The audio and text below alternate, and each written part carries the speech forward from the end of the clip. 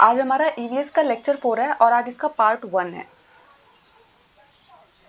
ठीक है, तो आज का हमारा जो लेक्चर है वो अनीता और हनी बी की स्टोरी है। ठीक है, तो अनीता कौन है? अनीता एक बोच्चा नाम के विलेज में रहती है जो कहाँ पे है? मुजफ्फरपुर डिस्ट्रिक्ट, बिहार में। ठीक है, तो आपसे ना ऐसा पूछा जाता है कि बोच्चा विलेज कहाँ पे है, तो आपको ना डिफरेंट डिफरेंट ऑप्शन दे देंगे अलग अलग स्टेट्स के, तो आपको पता होना चाहिए कि मुजफ्फरपुर बिहार में पड़ता है ये वाला जो विलेज है।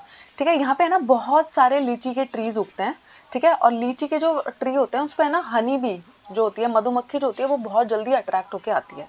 ठीक है, उसके बाद है ना हनी बी जो अपने अंडे देती है वो अक्टूबर से दिसंबर के बीच में देती है। इसलिए अगर आपको कभी भी हनी बी का बिजनेस स्टार्ट करना है, यानी कि आप है ना शहद बनाना चाहते हैं, तो सबसे बेस्ट टाइम कौन सा है बी कीपिंग के लिए? अक्टूबर से दिसंबर। ठीक है, तो ये क्वेश्चन भी वो पूछते हैं कि सबसे बेस्ट मंथ कौन से होते हैं, हनी बी कब एग्स देती है। ठीक है, तो यहाँ पे ना वो अक्टूबर से दिसंबर लिखा हुआ है, यहाँ पे फरवरी से मार्च लिख देंगे, डिफरेंट डिफरेंट चीजें लिख देंगे। आपको पता होना चाहिए कि अक्टूबर से दिसंबर वो टाइम होता है।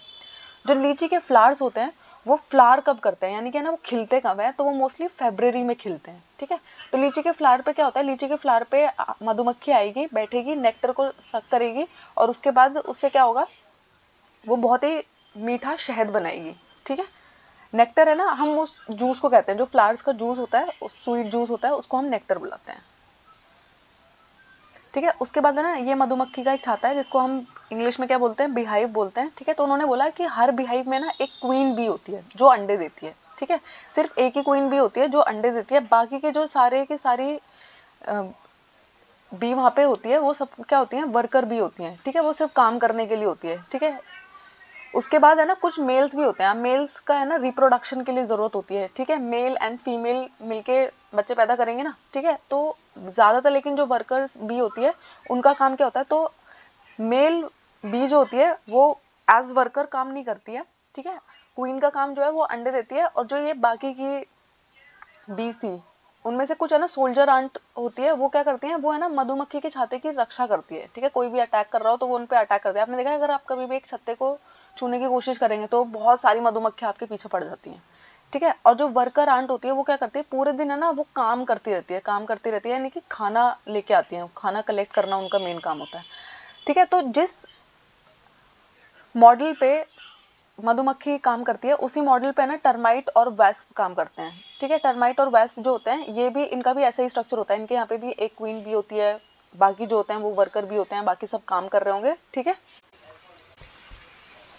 टर्माइट को हम दीमक भी बुलाते हैं ना। आपको पता है ना बहुत सारी लकड़ियों में दीमक लग जाती है तो सारा फर्नीचर खराब हो जाता है, धीरे धीरे वो सारी की सारे फर्नीचर को खराब कर देती है, लकड़ी को खराब कर देती है। ठीक है, उसके बाद इसमें एक अलग चैप्टर है जिसका नाम है ओमाना डायरी। ठीक है, ओमाना एक बच्चे का नाम है। ठीक है, उसने अपनी एक डायरी लिखी है। उन्होंने बोला कि हमारी ट्रेन की जर्नी स्टार्ट हुई है, हमने कहाँ से चलना है, इस ट्रेन ने कहाँ से चलना स्टार्ट किया है? गांधीधाम में। ठीक है, गांधीधाम कहाँ पे है? कच्छ, गुजरात में। आपको पता है ना कच्छ, रण ऑफ कच्छ जिसको हम बुलाते हैं। ठीक है, तो वो गुजरात में एक प्लेस का नाम है। और गुजरात में क्या क्या खाया जाता है? ठीक है, आपने कभी गुजराती फूड खाया है? तो गुजरात में क्या क्या खाया जाता है? ढोकला चटनी के साथ खाया जाता है, लेमन राइस खाए जाते हैं और मिठाई खाई जाती है। ठीक है, ये जो प्लेसेस के नाम है गांधीधाम, अहमदाबाद, वलसाड, ये सब है ना गुजरात में है। तो कभी कभी क्या होगा ना आपको ऑप्शन में ऐसे दिया जाएगा गांधीधाम, अहमदाबाद, वलसाड, कोझिकोड, इनमें से कौन गुजरात से नहीं है? तो जो कोझिकोड है वो केरला में है ना। ठीक है, आपको पता होना चाहिए कि कौन सा प्लेस कहाँ से है। गांधीधाम गुजरात में है, कोझिकोड केरला में है। ठीक है, तो ईवीएस के है ना बहुत सारे चैप्टर्स में है ना अलग अलग प्लेसेस के नाम दिए, तो हमें पता होना चाहिए कि ये प्लेस कौन से जगह से। जैसे अभी हमने पीछे भी पढ़ा है कि जो बोच्चा विलेज है वो मुजफ्फरपुर डिस्ट्रिक्ट बिहार में है। ठीक है, उसके बाद आते हैं कि उन्होंने रास्ते में क्या क्या देखा। ठीक है, फ्रॉम द विंडो, ट्रेन जब चल रही है तो उन्होंने क्या क्या देखा? तो उन्होंने देखा रास्ते में एक जगह है जिसका नाम है मडगांव। ठीक है, और मडगांव कहाँ पे है? गोवा में। ठीक है, और यहाँ पे है ना रेड सॉइल मिलती है। ठीक है, मडगांव के प्लेस को अगर आप देखेंगे ना तो वहाँ पे जो मिट्टी है वो लाल मिट्टी है। ठीक है, आपको पता है ना मिट्टी के भी बहुत सारे टाइप होते हैं, काली मिट्टी होती है, लाल मिट्टी होती है, लेटराइट होती है, लोमी होती है, सैंडी सॉइल होती है। ठीक है, डिफरेंट डिफरेंट टाइप की सॉइल होती है। तो मडगांव में कौन से टाइप की मिट्टी मिलती है? रेड सॉइल मिलती है। ठीक है, फिर उन्होंने बताया कि जो गोवा से केरला का रास्ता है, ठीक है, उसके बीच में कितनी जगह पड़ती है? 2000 ब्रिजेस आए और 92 टनल्स आए। ये सीटेट का प्रीवियस ईयर क्वेश्चन भी है, उन्होंने ऑप्शंस में दिया था कि 2000 bridges and 92 tunnels, 1000 bridges and 90 tunnels, ऐसे करके। तो आपको एग्जैक्टली पता होना चाहिए कि जब आप गोवा से केरला जाते हैं तो 2000 ब्रिजेस और 92 टनल्स आते हैं। ठीक है। और जब आप रास्ते में होते हैं, यानी कि गुजरात से आप केरला जा रहे हैं, तो कौन कौन सी जगह को क्रॉस करेगी आपकी ट्रेन? महाराष्ट्र, गोवा, कर्नाटका। ठीक है, वो ये भी पूछते हैं कि जब आप गुजरात टू केरला जा रहे हैं तो आपकी ट्रेन कौन कौन से स्टेट को क्रॉस करते हुए जाएगी? तो महाराष्ट्र, गोवा एंड कर्नाटका। उसके वजह से अभी हमने देखा था कि गुजरात में कौन कौन सा प्लेस है, वैसे है ना उडीपी, कोटायम एंड कोझिकोडे। ठीक है, ये केरला के प्लेसेस है। ये सब कहाँ पे है? केरला में मिलते हैं। ठीक है, उडीपी, कोटायम एंड कोझिकोडे। ठीक है, और अहमदाबाद में क्या क्या थे? वलसाड, अहमदाबाद, गांधीधाम।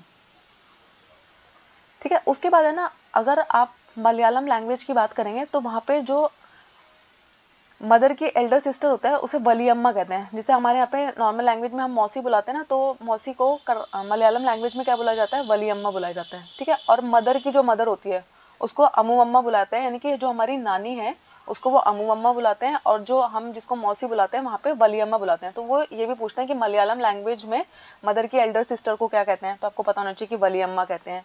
मदर की मदर को क्या कहते हैं? तो अमूमम्मा कहते हैं। ठीक है, केरला में ना बहुत सारा बैक वाटर प्रेजेंट होता है। आपको पता है, अगर आपने पुराने लेक्चर्स देखे हैं उसमें मैंने आपको बताया कि केरला में स्कूल जाने के लिए लोग एक स्मॉल वुडन बोट का यूज करते हैं। बच्चे एक स्मॉल वुडन बोट का यूज करते हैं जिसको हम बल्लम बुलाते हैं। ठीक है, तो वहाँ पे ना फेरी बोट्स भी चलती है। फेरी बोट्स क्या होती है? बहुत बड़ी बड़ी बोट्स होती है जिसमें ना आप अपना पूरी की पूरी कार भी रख सकते हो, बाइक भी रख सकते हो, और उसको है ना वो एक प्लेस से लेकर दूसरे प्लेस लेके जाएगी, आपको भी और आपकी गाड़ी को भी। ठीक है, ये ना फेरी बोट्स वहाँ पे यूज की जाती है जहाँ पे ना रोड्स बनाना इतना आसान नहीं है, तो पानी बहुत ज्यादा अवेलेबल होता है उस जगह पे, तो क्या करते हैं? फेरी बोट का यूज करते हैं। ठीक है, और कोझिकोडे जो केरला में एक सिटी है उसे है ना कैलिकट भी बुलाते हैं।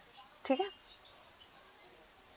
उसके बाद है लैंग्वेजेस की बात हो रही है, कौन सी जगह पे कौन सी लैंग्वेज बोली जाती है? तो मलयालम जो है वो केरला में बोली जाती है। ठीक है, उसके बाद कोंकणी जो भाषा है वो कर्नाटका में, महाराष्ट्र में, गोवा में और केरला में, इन सब जगह बोली जाती है। ठीक है, आपको पता है कोंकणी। उसके बाद है ना मराठी लैंग्वेज कहाँ बोली जाती है? महाराष्ट्र में, गोवा में, दमन एंड दीव में, दादर एंड नगर हवेली में। ठीक है, यहाँ पे है ना मराठी बोली जाती है। मराठी मोस्टली महाराष्ट्र में बोली जाती है, गोवा में बोली जाती है, लेकिन Daman and Diu and Dadra and Nagar Haveli में भी बोली जाती है, कुछ कुछ लोग वहाँ भी बोलते हैं।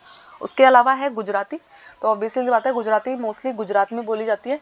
ठीक है, उसके बाद है कन्नड़ा। ठीक है, ये कर्नाटका, आंध्र प्रदेश एंड तमिलनाडु में बोली जाती है। तो आपसे ना कभी कभी ऐसा पूछा जाएगा कि मलयालम कौन से स्टेट में बोली जाती है, तो आपको पता होना चाहिए कि केरला में बोली जाती है। कन्नड़ा कौन कौन से स्टेट में बोली जाती है? कर्नाटका, आंध्र प्रदेश, तमिलनाडु।